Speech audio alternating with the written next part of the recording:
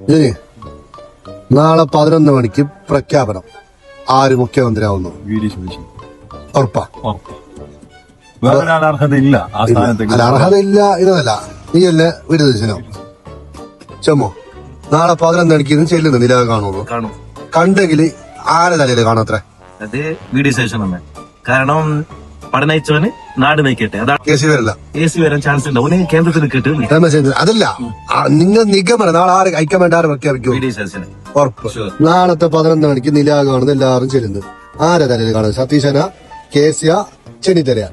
എന്നും പറയാനായിട്ടാ. എന്നാലും ഇതുവരെ നീട്ടിയ സ്ഥിതിക്ക് ചിലപ്പോ ഹൈക്കമാൻഡ് കേസിനെയോ ചെന്നിത്തലയോ കൊണ്ടുവരും. എന്നല്ലെങ്കിൽ VD സതീശന് എതിർപ്പ് കുറെ ഗ്രൂപ്പീസാണ്. അപ്പൊ നമുക്ക് നാളത്തെ എന്തായാലും കണ്ടറിയാനുണ്ട് ഒരു പ്രഖ്യാപനം. എല്ലാവരും ആഗ്രഹിക്കുന്ന വീഡിയോ വേണമെന്നാണ്. പക്ഷെ നാളത്തെ തീരുമാനം കണ്ടറിയാനുണ്ട് നമുക്ക് എന്തെന്നുള്ളത്. കോൺഗ്രസിന്റെ ഒരു ഭാവി തന്നെ നാളെ തിരിച്ചറിയും എല്ലാവർക്കും. എന്റെ നിഗമനം ഞാൻ പറയാ, നാളത്തെ 11 മണിക്ക് രണ്ടുപേരിൽ ഇതൊന്നു. ഒന്ന് VD സതീശനും രമേശ് ചെന്നിത്തലയും. ഒന്ന് രമേശ് ചെന്നിത്തല മുഖ്യമന്ത്രിയായിട്ട് VD സതീശന് ആഭ്യന്തരം കൊടുത്തിട്ട് സമവാക്യത്തിനാണ് നിർത്തുന്നത്. KCനെ കേന്ദ്രത്തിൽ നിർത്തിക്കുന്നതാണ് ഞാൻ എന്റെ തോന്നല്. അപ്പൊ ഞാൻ വിലയിരുത്തുന്നത് അങ്ങനെ. എങ്ങനെ നമുക്ക് നാളെ 11 മണിക്ക് നോക്കാം.